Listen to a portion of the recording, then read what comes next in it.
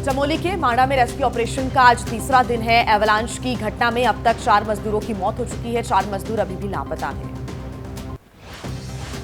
माणा में BRO camp के पास site पर हुआ था हादसा। एवलांच की चपेट में आए थे 54 मजदूर। राहत बचाव टीम ने अब तक 50 मजदूरों को रेस्क्यू किया, जिनमें से 4 की हुई मौत। रेस्क्यू किए गए मजदूरों में 46 बताए जा रहे हैं असकुशल। 2 मजदूरों को एम्स रेफर किया गया। बाकी मजदूरों को सेना और आईटीबीपी के कैंप में भर्ती कराया गया है। माणा में लापता 4 मजदूरों की तलाश आज भी रहेगी जारी। दिल्ली से ग्राउंड पेनिट्रेटिंग रडार के आज जॉलीग्रांट एयरपोर्ट पहुंचने की संभावना।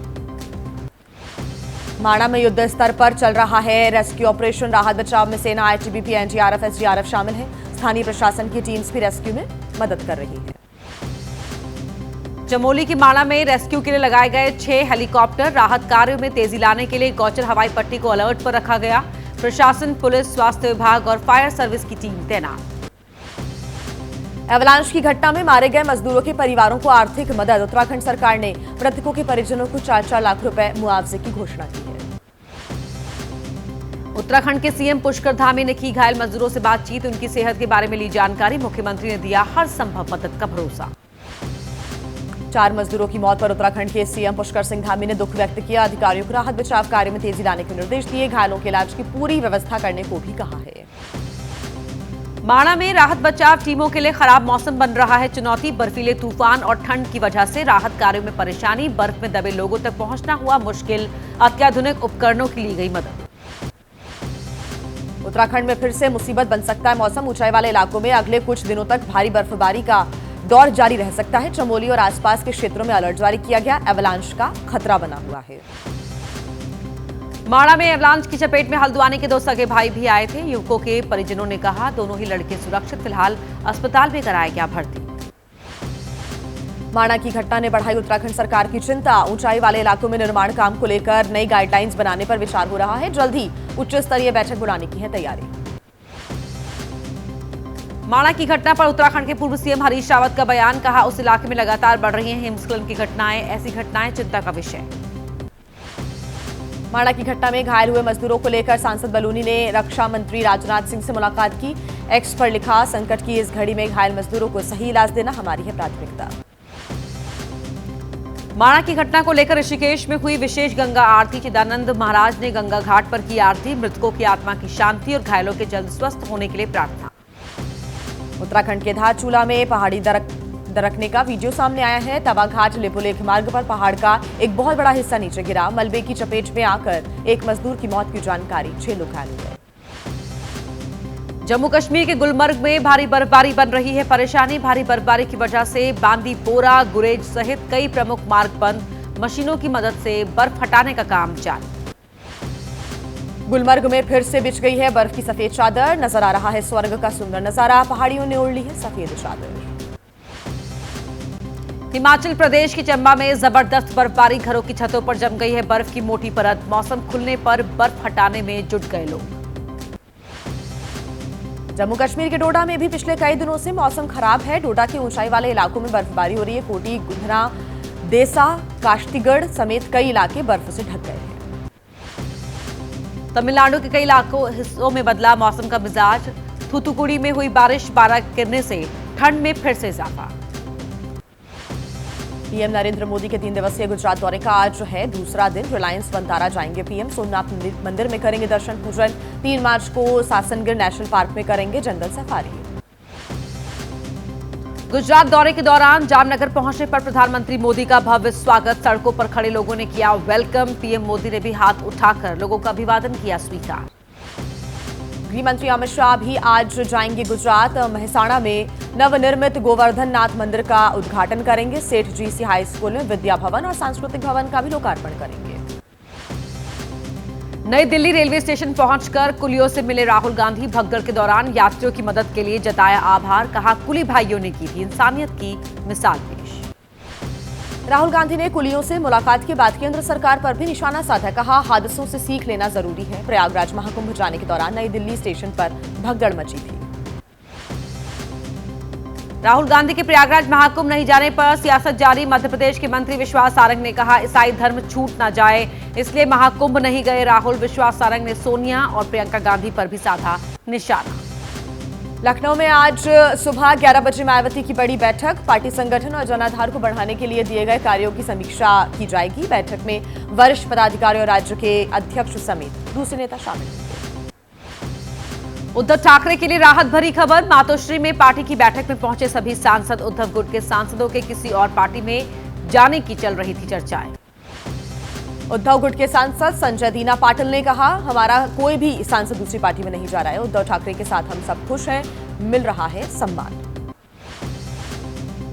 एसपी सांसद जियाउर रहमान बर्ग पर बीजेपी सांसद प्रवीण खंडेलवाल का पलटवार। बोले, हाईकोर्ट ने अपने फैसले में स्पष्ट बातें कही हैं, बर्ग की दलील में कोई दम नहीं। यूपी के उप मुख्यमंत्री केशव प्रसाद मौर्य ने एसपी को बताया है गुंडों, अपराधियों और माफियाओं, दंगाइयों की पार्टी। बोले, बीजेपी सबका साथ सबका विकास करने वाली पार्टी है। मौर्य ने अखिलेश पर भी निशाना साधा।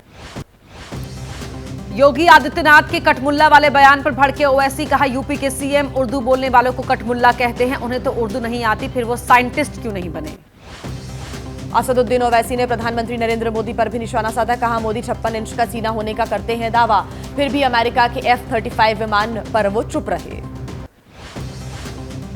बीजेपी नेता मनजिंदर सिंह सिरसा का ओवैसी पर पलटवार। कहा, ओवैसी जानबूझकर खड़े करते हैं कट्टरवाद वाले विषय, जिससे देश के अंदर लोगों को बांटा जा सके। असदुद्दीन ओवैसी पर भड़के योगी के मंत्री दिनेश खटीक। बोले, उर्दू पढ़कर बनते हैं आतंकवादी और जिहादी। योगी आदित्यनाथ ने पढ़ी है संस्कृत। ओवैसी को चांद तारे देखने हैं तो यूपी आए। पश्चिम बंगाल में फर्जी वोटर्स को लेकर मंत्री फिरहाद हाकिम का बीजेपी पर प्रहार। कहा, बीजेपी वाले सोचते हैं कि वो चोरी करके निकल जाएंगे, लेकिन वो पकड़े जाते हैं। फर्जी वोटर्स के मुद्दे पर बोले कांग्रेस नेता अधीर रंजन चौधरी, सत्तारूढ़ पार्टी करती है धांधली, चाहे वो महाराष्ट्र हो या फिर बंगाल, यहां भरे हुए हैं लाखों फर्जी वोटर्स। कोलकाता में टीएमसी कार्यकर्ताओं ने स्टूडेंट्स फेडरेशन ऑफ इंडिया के खिलाफ किया प्रदर्शन। शिक्षा मंत्री ब्रत्या बासु पर हमले का आरोप लगाया। टीएमसी नेता सायोनी घोष ने की हमले की निंदा। ओवैसी के बयान पर यूपी बीजेपी अध्यक्ष भूपेंद्र चौधरी का पलटवार। कहा, मौलवी नहीं इंजीनियर डॉक्टर बनाने की प्राथमिकता है। इसी परिप्रेक्ष्य में सीएम योगी ने बात कही थी। महाराष्ट्र सरकार में मंत्री रितेश राणे ने ओवैसी और अबू आजमी को बताया हरा सांप। कहा, ये लोग सर्वधर्म सद्भाव का टेप रिकॉर्डर बजाते हैं, लेकिन रखते हैं डबल स्टैंडर्ड। कोलकाता की जादवपुर यूनिवर्सिटी में बवाल। छात्र संघ चुनाव की मांग को लेकर वामपंथी छात्र संगठन ने प्रदर्शन किया। शिक्षा मंत्री की कार को भी घेरा, तोड़फोड़ की। छात्रों अधिकारियों के बीच हाथापाई भी हो गई। हरियाणा में निकाय चुनाव के लिए आज डाले जाएंगे वोट। 7 नगर निगम, 4 नगर परिषद और 21 पालिकाओं में शहरी सरकार चुनेंगे लोग। 12 मार्च को आएगा रिजल्ट। निकाय चुनाव को लेकर अलर्ट पर है गुरुग्राम। सुरक्षा व्यवस्था की गई है चाक चौबंद। 4500 पुलिसकर्मियों की चुनाव में लगाई गई है ड्यूटी। चप्पे चप्पे पर नजर रखी जाएगी। बिहार में इस साल होने वाले विधानसभा चुनाव की राजनीतिक दलों ने शुरू की तैयारी। पटना के गांधी मैदान में आज भाकपा माले करेगा बदलो बिहार महाजुटान रैली। हजारों लोग होंगे शामिल। पटना में आज तेली अधिकार सम्मेलन और सम्मान समारोह का आयोजन किया गया। केंद्रीय मंत्री नित्यानंद राय, तोखन साहू, सम्राट चौधरी, दिलीप जायसवाल समेत दूसरे नेता शामिल होंगे। पटना में सीएम नीतीश कुमार के जन्मदिन पर जेडीयू नेता और कार्यकर्ताओं ने मांगा रिटर्न गिफ्ट। नीतीश के बेटे निशांत कुमार की राजनीति में मांगी एंट्री। तेजस्वी यादव का नीतीश कुमार पर बड़ा हमला। कहा, बिहार में कई साल पुरानी गाड़ी चलाने की अनुमति नहीं, तो फिर इतने साल पुरानी जोड़ तोड़ पलटा पलटी वाली खटारा सरकार क्यों चल रही है। केंद्रीय मंत्री चिराग पासवान का तेजस्वी यादव पर पलटवार। कहा, इस तरह की बातें करना उनके पद की गरिमा के अनुकूल नहीं। बिहार में मजबूती से जीत की ओर बढ़ रहा है एनडीए। तेजस्वी यादव के बयान पर बिहार के उप मुख्यमंत्री सम्राट चौधरी का जवाब। बोले, लालू यादव का परिवार लगातार नीतीश कुमार को गाली देने का काम कर रहा है, लेकिन नीतीश 15 साल और काम करने वाले हैं। बिहार के उप मुख्यमंत्री विजय सिन्हा का भी तेजस्वी पर हमला। कहा, सत्ता के लिए बेचैन लोग नैतिकता की चढ़ा देते हैं बलि। हमें सुशासन को आगे बढ़ाना है। जेडीयू ने तेजस्वी यादव के बयान को बताया राजनीतिक बेचैनी। पार्टी नेता नीरज कुमार ने कहा, ये ट्विटर बबुआ है जो सिर्फ ट्वीट के भरोसे रहते हैं, जनता उसे क्विट करती है। बिहार में 29 विधानसभा सीटों पर चुनाव लड़ने की तैयारी में सुहेलदेव भारतीय समाज पार्टी। ओम प्रकाश राजभर ने कहा, हम एनडीए के साथ मजबूती से लड़ेंगे चुनाव।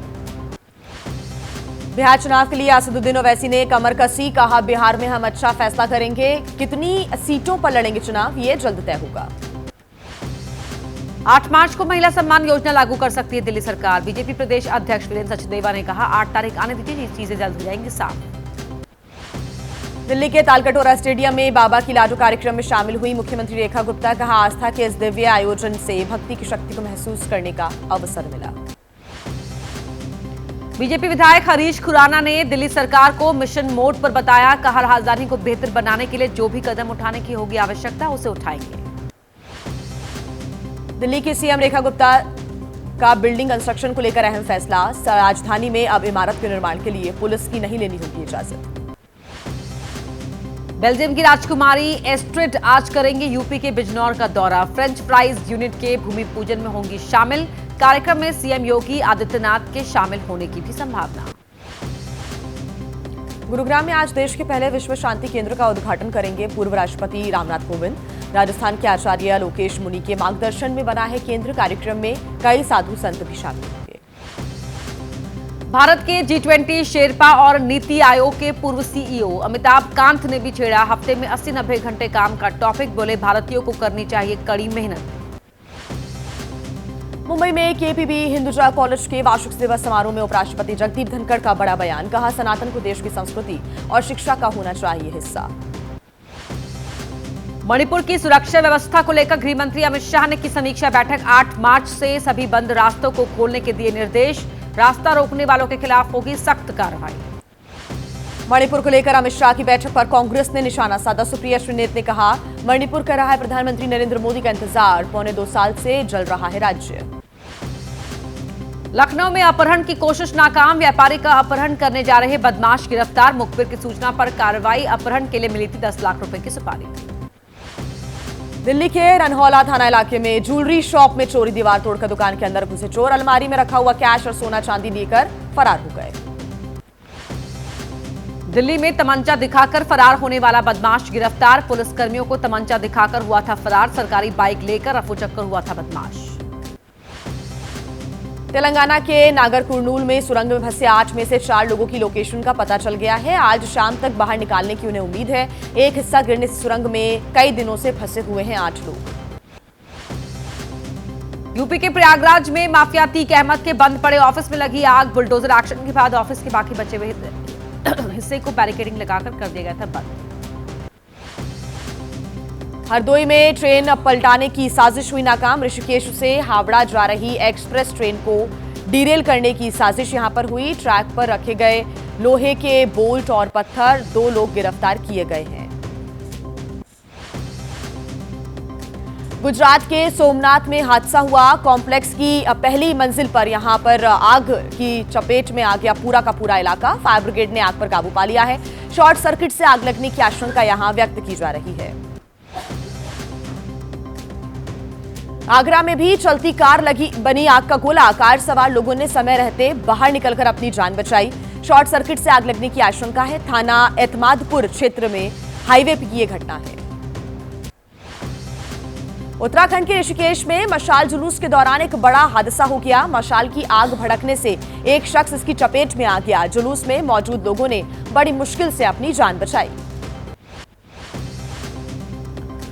संभल की शाही जामा मस्जिद में रंगाई पुताई की मंजूरी न मिलने पर भड़के एसपी साफिद जियाउर रहमान बर्क। भारतीय पुरातत्व सर्वेक्षण की कार्यशैली पर उठाए सवाल। कहा, एएसआई किसके कहने पर करता है काम, सभी जानते हैं। यूपी के रायबरेली में रमजान से पहले पुलिस ने मस्जिदों में लाउड स्पीकर्स की जांच के लिए अभियान चलाया है। रमजान में तय मानक पर ही बजाने होंगे लाउड स्पीकर। नियम तोड़ने पर कार्रवाई की जाएगी।